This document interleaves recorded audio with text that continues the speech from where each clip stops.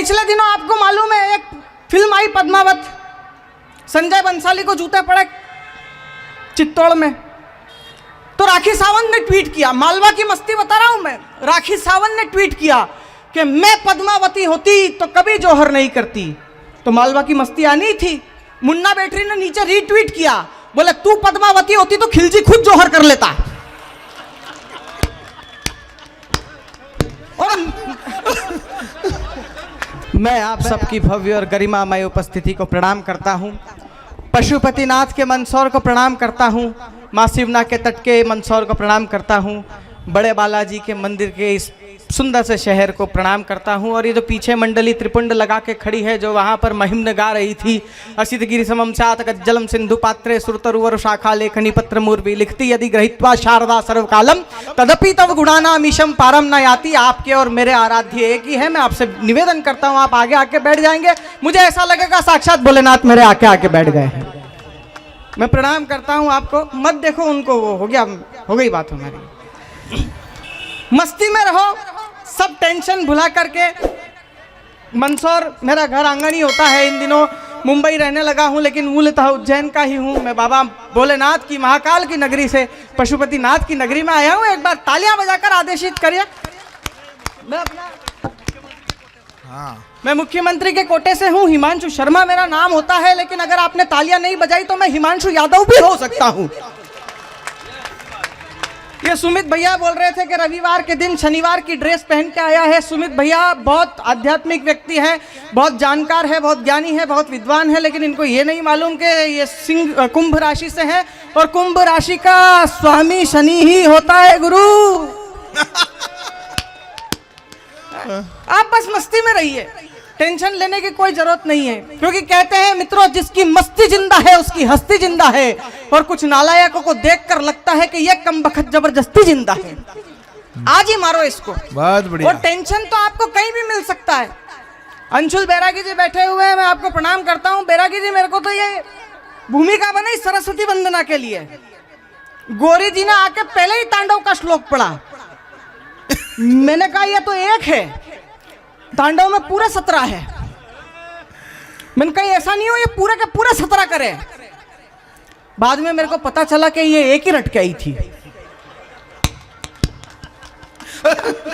मैं मस्ती में रहिए आप लोग। हाँ, मैं बता रहा हूँ, मालवा का पराक्रम तो अपनी जगह, मालवा की मस्ती और बड़ी। वो पिछले दिनों, भैया इसका इको खत्म कर दो। हाँ, वो पिछले दिनों आपको मालूम है एक फिल्म आई पद्मावत, संजय बंसाली को जूते पड़े चित्तौड़ में। तो राखी सावंत ने ट्वीट किया, मालवा की मस्ती बता रहा हूं मैं, राखी सावंत ने ट्वीट किया कि मैं पद्मावती होती तो कभी जौहर नहीं करती। तो मालवा की मस्ती आनी थी। मुन्ना बैटरी ने नीचे रीट्वीट किया, बोले तू पद्मावती होती तो खिलजी खुद जौहर कर लेता। और ताली बन दीजिए आप लोगों की यार, बहुत बढ़िया। मतलब मैं तो घर परिवार में बैठा हूँ, नरेंद्र जी बैठे, नेमा जी बैठे, उधर मेरा दोस्त रोहित बैठा हुआ था, रवि भूषण जी श्रीवास्तव साहब बैठे हुए हैं, आदरणीय तपन जी भौमिक साहब बैठे हुए हैं। मैं उनकी भव्य और गरिमामय उपस्थिति को सबको प्रणाम करता हूँ। अब एक एक के नाम लूंगा तो मेरा काव्य पाठ पूरा हो जाएगा, इसलिए आप सबको मैं सर्वमान मान करके बात बताना चाह रहा था कि इन दिनों मुंबई रहता हूँ। अब दिक्कत यह है गुरु कि वहाँ पे ऑटो में भाभी जी एक सीट पे केवल 3 ही सवारी बैठती है। अब अपने यहाँ देखो आप, मंदसौर, रीचा चंदा, पिपलोदा, मंडी, यहाँ पे ऑटो वाले की खुद की सीट पे 4 सवारियां बैठती है और वो निकल के बैठता है ऐसे। अच्छा, उस गरीब की इतनी आदत हो जाती है ऐसे बैठने की, जब उसकी ऑटो रिक्शा पूरी खाली होती है।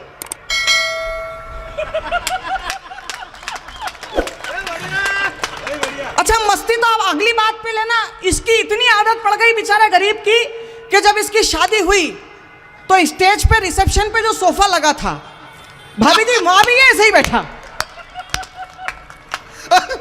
तो वो होने वाली दुल्हन ने कोहनी मारी, बोले यहाँ तो ढंग से बैठो। बोले काय का बैठो, अभी 4 सवारी और आएगी।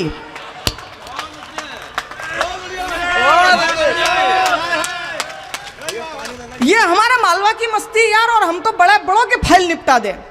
अभी अंशुल भैया पिछले दिनों मैं और अतुल ज्वाला जी बेंगलोर से इंदौर जैसे फ्लाइट से लैंड हुए, तो आपने देखा होगा रेलवे स्टेशन, बस स्टैंड के बाहर, एयरपोर्ट के बाहर लग जाते ऑटो वाले, कहाँ जाना है, आपका मूड कैसा, कहाँ जाना है, आप घर से भाग के आए हो बीवी से झगड़ा कर, कहाँ जाना है।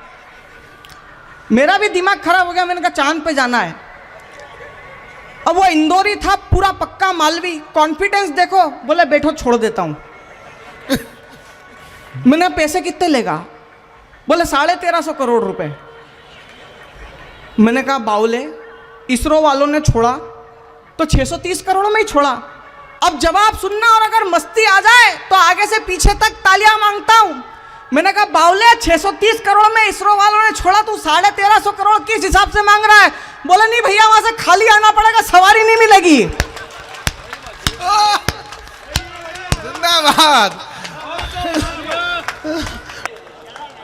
हाँ, मैं बता रहा हूं आपको भाभी जी, वो पिछले दिनों कोलकाता की एक आंटी मिली बंगालन, वो इतनी बड़ी टीकी लगाती थी। मैंने कहा आंटी इतनी बड़ी टीकी काहे के लिए लगाते। बोले हम मौ कहता था पति का आयु बढ़ता है। थोड़े दिन बाद बिंदी छोटी हो गई। मैंने कहा क्या हुआ, बीमार है। थोड़े दिन बाद बिंदी और छोटी, मैंने कहा अब आईसीयू में है भाई। थोड़े दिन बाद बिंदी बिल्कुल बारीक, मैंने कहा अब क्या हुआ। बोले भाई डॉक्टरों ने कह दिया इनको घर लेके चले जाओ, इनका कुछ भी नहीं हो सकता भैया, मैं परेशान हो गया। वो 18 दिन पहले पटना रेलवे स्टेशन पे मिली बिंदी फुल साइज। मैंने कहा आंटी बधाई, अंकल ठीक हो गए। बोले काहे का, वो तो कब के ही निपट गए, मैंने ही दूसरा ब्याह कर लिया। अच्छा, इन लड़कियों को बिगाड़ा किसने पता है। इन नई उम्र की लड़कियों को छोड़ो, तुम सुनना, तुम्हारी पीड़ा गा रहा हूं। इन नई उम्र की लड़कियों को बिगाड़ा इनके पिताओं ने। ये जरा सा कुछ होता नहीं, ये तो मेरी रानी बिटिया है, ये तो मेरी प्यारी बिटिया है, ये तो मेरी राज दुलारी बिटिया। हम छोरे क्या छतों का जाला साफ करने के लिए पटके हैं घर में। मेरे बाप का दिन भर एक ही काम, जो धनिया लिया, जो अदरक लिया, बड़े लोग आए हैं चाय बनानी, दूध लिया। मेरे को यार टेंशन हो जाती है, मैंने इस आदमी की औलादू डिलीवरी बॉय हूँ यार। एक दिन मैंने भी मेरे पिताजी से कहा, मैंने कहा पापा मैं ही दिखता हूँ, ये दीदी इतनी गलती करती है, इसको तो आप कुछ भी नहीं बोलते हो। मेरे पिताजी ने 250 साल पुराना डायलॉग चिपकाया, छोड़ बेटा एक ना एक दिन पराए घर जाएगी,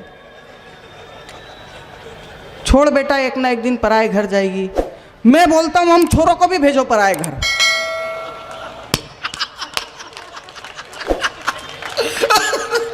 हम भी हमारा टैलेंट बता के आएंगे। दूसरों की परिवार की जमी जमाई रंगोली पे पानी कैसे ढोला जाता है। बड़े लोगों की और बुद्धिजीवियों की उपस्थिति है।